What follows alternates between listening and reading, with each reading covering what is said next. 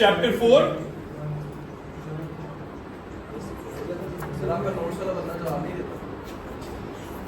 क्यों से पूछ रहे नोट्स का?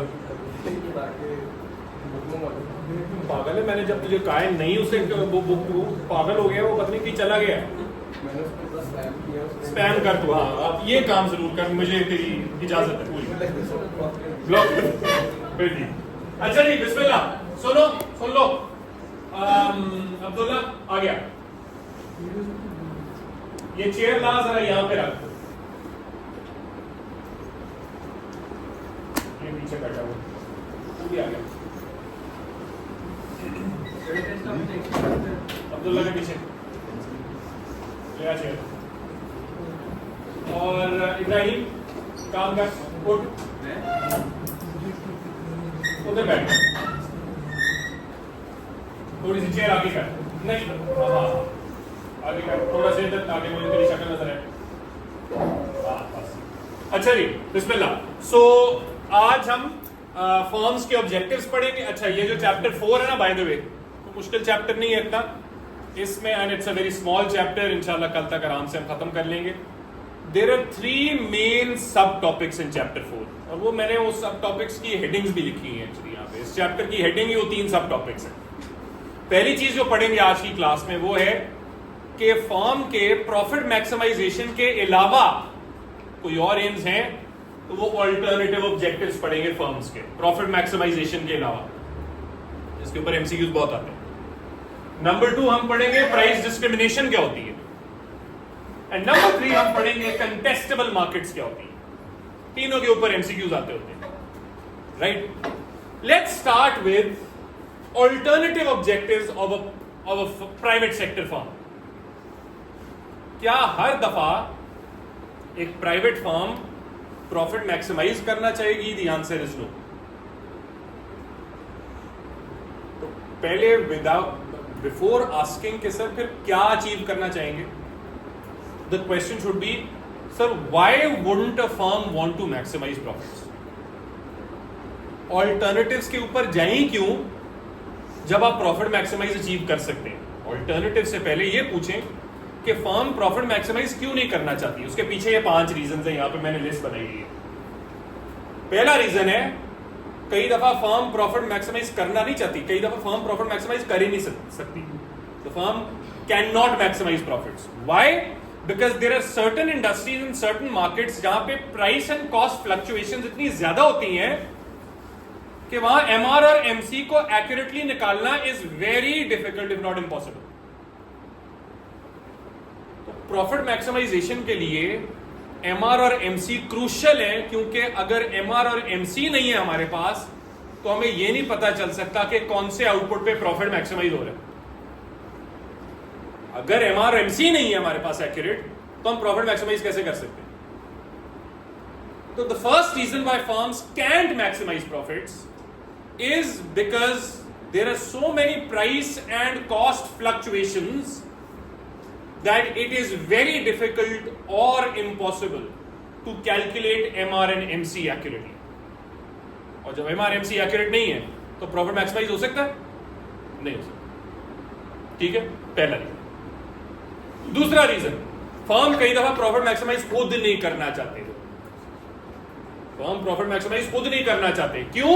गवर्नमेंट की नजर से बचने के लिए, टू अवॉइड गवर्नमेंट स्क्रूटनी। मुझे एक चीज बताओ, प्रॉफिट का गवर्नमेंट से क्या ताल्लुक है? शाबाश।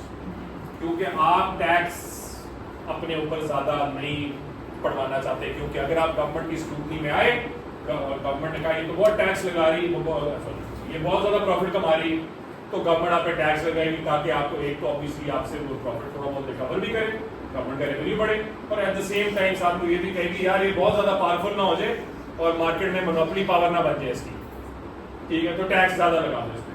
तो उससे बचने के लिए फर्म कहेगी यार प्रॉफिट मैक्सिमाइजेशन छोड़ो, बहुत प्रॉफिट नहीं कमाते, कोई और एम परस्यू करते। नंबर 3, कई दफा फर्म प्रॉफिट मैक्सिमाइज नहीं करना चाहती, क्यों? ताकि वो नई फर्म्स को मार्केट में आने से डिस्करेज करे। क्या होता है, अगर प्रॉफिट बहुत ज्यादा हो, आप बहुत ज्यादा प्रॉफिट कमा रहे हो, तो नई फर्म्स मार्केट में उनके लिए इंसेंटिव क्या होता है, एंटर या एग्जिट, एंटर, ठीक है। उस इंसेंटिव को कम करने के लिए फर्म्स कहती हैं profit maximisation is not the way to go, वरना हमें और कंपटीशन से गुजरना पड़ेगा, तो let's keep our profits low and let's achieve another aim besides profit maximisation, ठीक है। तीसरा, चौथा, another reason why firms don't want to maximise profits is to maintain better relations with customers and staff. देखो होता है ना, अगर एक फर्म बहुत प्रॉफिट कमा रही है तो जो कस्टमर्स हैं वो कहते हैं यार ये देखो ये प्रॉफिट कमा रहे हैं, इतना पैसा हमें चार्ज करते हैं और हमें आगे से कोई बेनिफिट नहीं देते, हमें सर्विसेज नहीं अच्छी देते, ये नहीं करते वो नहीं करते, बिकरिंग होती रहती है कस्टमर्स के बीच। तो जो कस्टमर्स के साथ रिलेशंस हैं फर्म्स के और ओनर्स के, थोड़े से खराब होते हैं, राइट। तो उस रिलेशन को थोड़ा बरकरार रखने के लिए, लॉयल्टी को बरकरार रखने के लिए आप कहते हैं नहीं यार profit is not our major aim, something else might be our major aim, ताकि वो रिलेशंस कस्टमर्स के साथ खराब ना हो, लॉयल्टी खराब ना हो।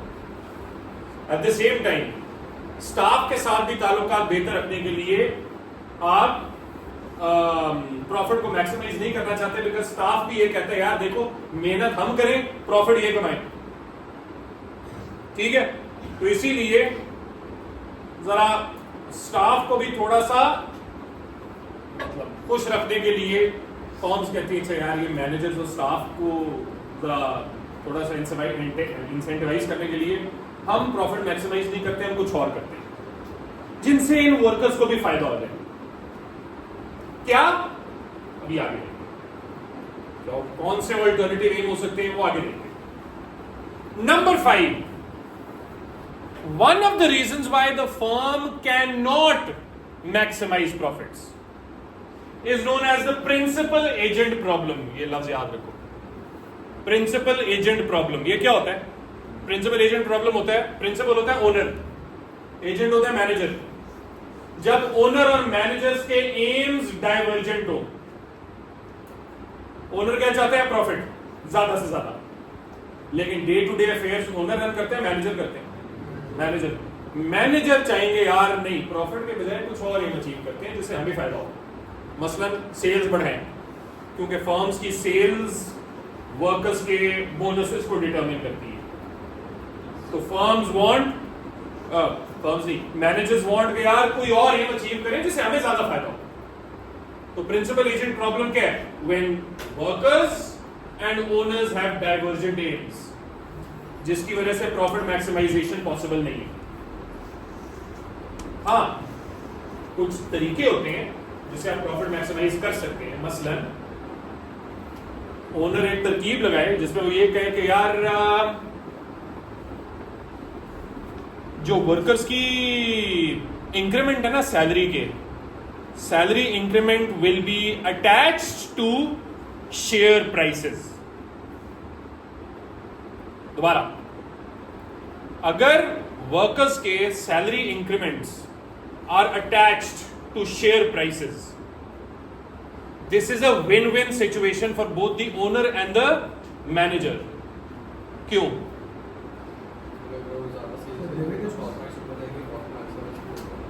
तो एक,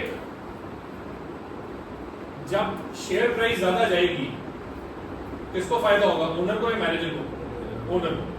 और उसके साथ साथ जब वो शेयर प्राइस बढ़ती है उससे मैनेजर्स या वर्कर्स की इंक्रीमेंट ज्यादा होते हैं, तो वो किसको फायदा हो रहा है? वर्कर्स को। तो विन विन सिचुएशन, दोनों को फायदा हो रहा है। तो इससे वो जो डाइवर्जेंट एम्स है वो कन्वर्ज हो जाते हैं, ठीक है, वो एक साथ हो जाते हैं कि अच्छा चलो ये करते हैं। सो ये 5 मेजर ऑब्जेक्टिव्स हैं फर्म के प्रॉफिट मैक्सिमाइजेशन के अलावा।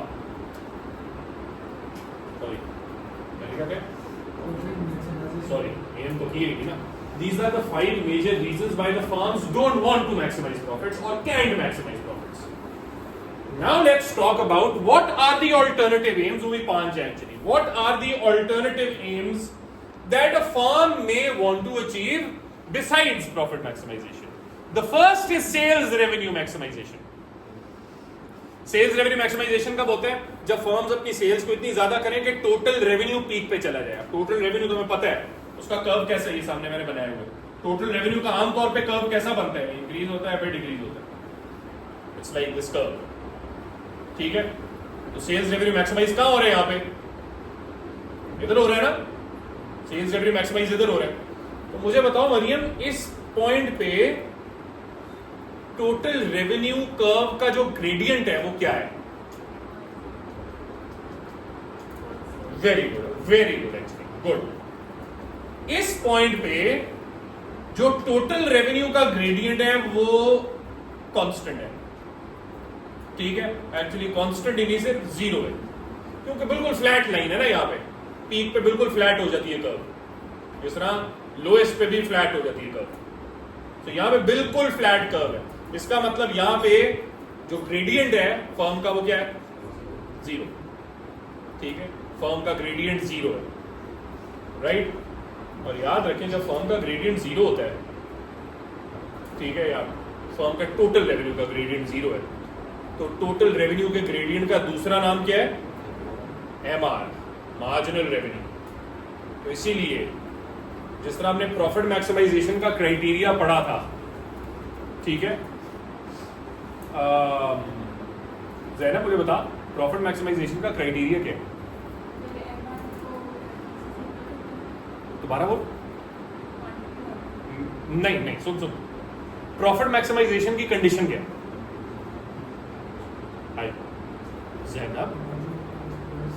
ज़ैनब मैं पिट गया हूं 2 हफ्ते से ये करा के। हाँ अब्दुल मुमीद, मैंने ये क्या पागल हो गए बच्चे? मैंने चपेड़े मारना शुरू कर देनी है, मैं बता रहा हूं। ऊंचा बोल थोड़ा।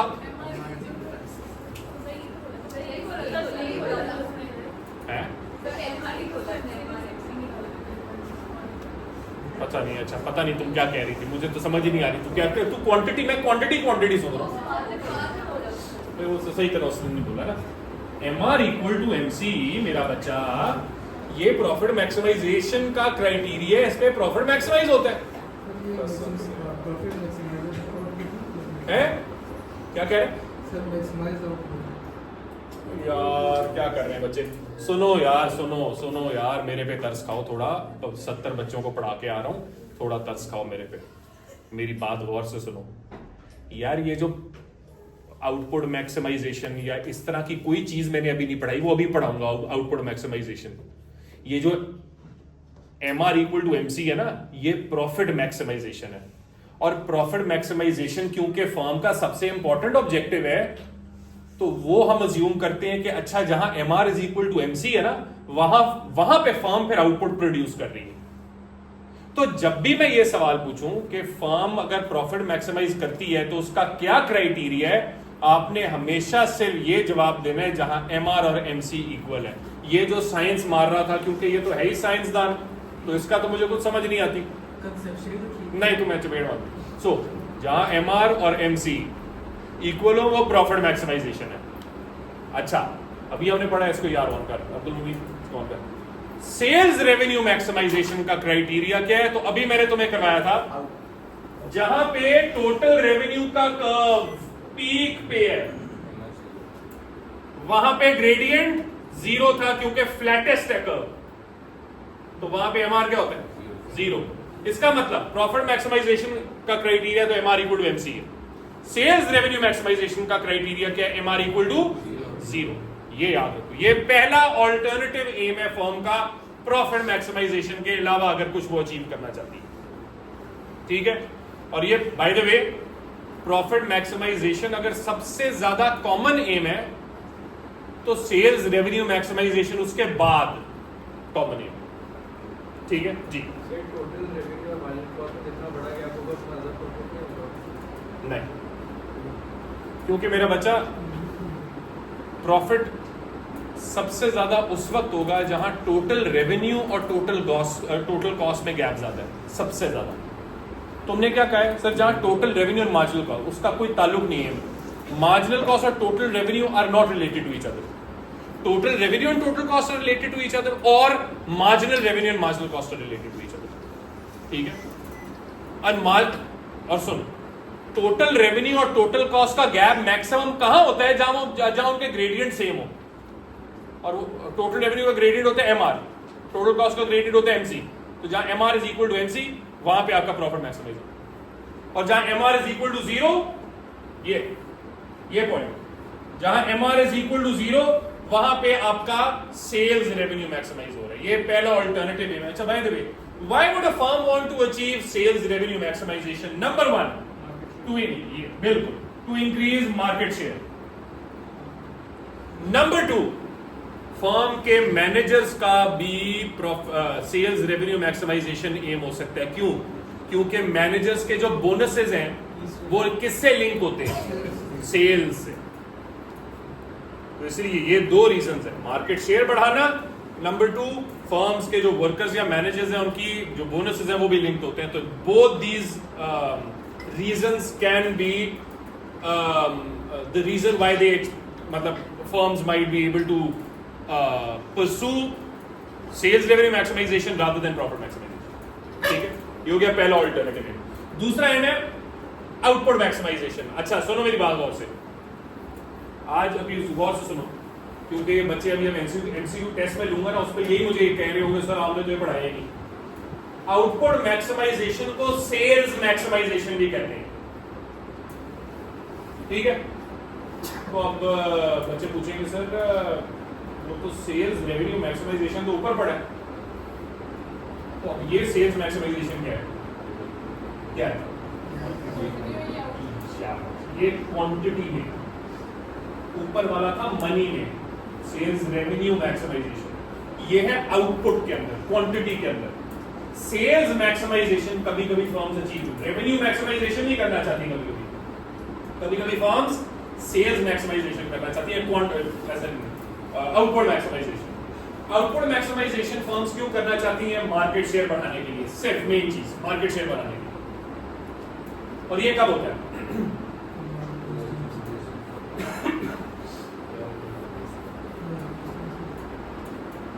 आउटपुट मैक्सिमाइजेशन का क्राइटेरिया आउटपुट बनाते जाओ जब तक थोड़ा सा प्रॉफिट मिल रहा है। बनाते जाओ आउटपुट, बेचते जाओ आउटपुट जब तक थोड़ा सा भी प्रॉफिट है, और जैसे प्रॉफिट 0 हो गया, नॉर्मल प्रॉफिट पे आ गए, AR इक्वल टू AC पे आ गए, तो अब आउटपुट बनाने की और जरूरत नहीं, बस यहां पे रोक दो। ठीक है, ये आउटपुट मैक्सिमाइजेशन है। इसको आउटपुट मैक्सिमाइजेशन के अलावा एक और लफ्ज देते हैं, कहते हैं क्या? Sales maximisation. ठीक है, अभी ये ग्राफ में तुम लोगों को करवाऊंगा ना तो उससे और बेहतर समझ आएगा। ठीक है, नंबर 3 इज कॉस्ट मिनिमाइजेशन या एफिशिएंसी मैक्सिमाइजेशन। कॉस्ट मिनिमाइजेशन होती है जहां आपकी एवरेज कॉस्ट कम से कम हो। ये फर्म क्यों अचीव करना चाहती है? एफिशिएंसी को ज्यादा करने के लिए। तो याद रखो, एवरेज कॉस्ट मिनिमाइज कहां होती है? जहां मार्जिनल कॉस्ट एवरेज कॉस्ट के इक्वल होती है। ये पॉइंट, जहां मार्जिनल कॉस्ट एवरेज कॉस्ट के इक्वल है, ये पॉइंट, यहां पे आपका कॉस्ट मिनिमाइजेशन हो रही है। Why would a firm want to achieve cost minimization? In order to increase efficiency. जी right. Average cost is total cost over output ना। तो वो total cost क्या होता है? Fixed cost plus variable cost, उसमें opportunity cost भी add होता है। ठीक है, तो वो तुम सही कह रहे हो। मतलब एवरेज कॉस्ट में बेसिकली टोटल कॉस्ट को डिवाइड करते हैं आउटपुट से, और टोटल कॉस्ट तो सब कुछ आता है। ठीक है, अच्छा जी, फिर आते हैं सेटिस्फाइसिंग। ये क्या है? सेटिस्फाइसिंग का तुम देख लो कोई क्राइटेरिया नहीं है।